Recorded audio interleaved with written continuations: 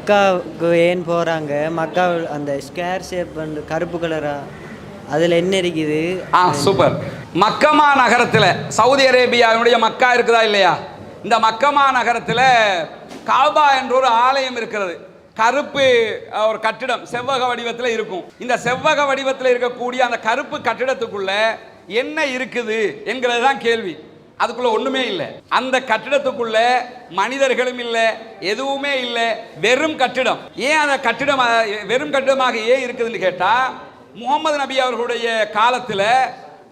அவர்களுடைய காலத்துக்கு முற்பட்ட காலத்திலையும் அந்த காபா என்கிற ஆலயத்துக்குள்ளதான் வணக்க வழிபாடுகள் நடந்து கொண்டிருந்தது.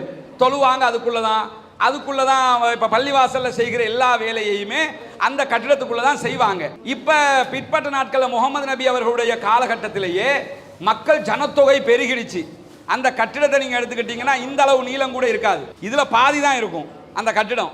இந்த கட்டிடத்துக்குள்ள இப்ப நீங்க எடுத்துக்கிட்டீங்கன்னா மக்காவுல இந்த சந்தர்ப்பத்தில் இப்ப கூகுள்ல போய் மக்கா டிவின்னு அடிச்சு பாத்தீங்கன்னா அதுல இப்ப மக்காவுல எத்தனை பேர் இருக்கிறாங்கிறத காட்டிடும்.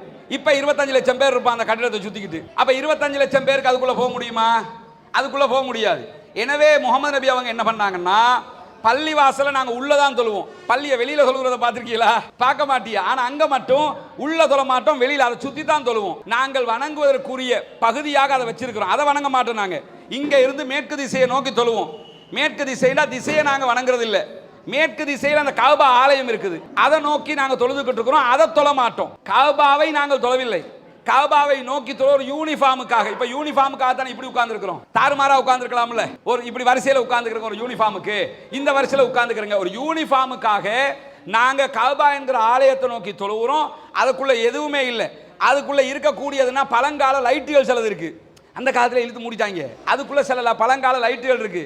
உள்ள திறந்து போக முடியுமானா திறந்து போக முடியும். அதனுடைய கதவு உயரத்தில் இருக்கும். நீங்க அதை கவனிச்சிருக்கீங்கன்னா கதவு உயரத்தில் அதுக்கு ஒரு காரணம் இருக்குது. முகமது நபி அந்த கட்டிடத்தினுடைய எந்த மாற்றத்தையும் செய்யல.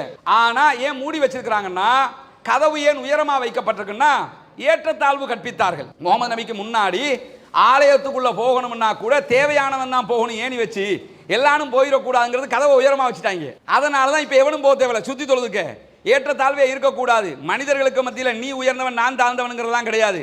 நமக்குள்ள மதங்கள் நம்மளை, நீங்க ஹிந்துவா இருப்பீங்க, நான் முஸ்லீமா இருப்பேன், நம்ம ஆண்களா இருக்கிறோம், இவங்க பெண்களா இருக்கிறோம், இவ்வளவுதான் வித்தியாசமே தவிர கற்றவன் கல்லாதவன் என்பதுதான் வித்தியாசமே தவிர வேறு எந்த வித்தியாசமும் காட்டப்படக்கூடாது என்பதால் எந்த துருக்கியில இருந்து வந்தாலும், அமெரிக்காவில் இருந்து வந்தாலும், ஆஸ்திரேலியாவில் வந்தாலும், ஸ்ரீலங்காவில் இருந்து போனாலும் அத்தனை பேரும் சமனாக இருக்க வேண்டும் என்பதற்காக அதை சுற்றி அதை நோக்கி தொழுது கொண்டிருக்கிறோமே தவிர அதை தொழவும் இல்லை, அதற்குள் எதுவும் இல்லை. புனிதமிக்க ஹஜ்ஜு பெருநாளுடைய திடல் தொழுகை கடந்த ரமலான் மாத நோன்பு பெருநாள் தொழுகையை போன்று இம்முறையும் கொழும்பு 2 அமைந்திருக்கக்கூடிய மெலே கிரிக்கெட் கிளப் மைதானத்தில் நடைபெற இருக்கிறது.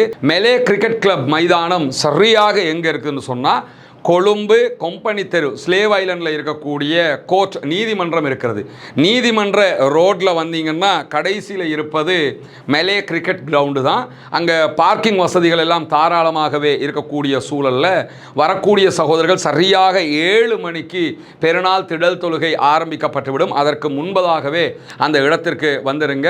எனவே அதற்கான ஏற்பாடுகளை நாம் செய்திருக்கிறோம். தவறவிடாமல் நபி வழிப்படி பெருநாள் திடல் தொழுகையில் பங்கேற்று இம்மையிலும் மறுமையிலும் வெற்றி பெறுவோம்.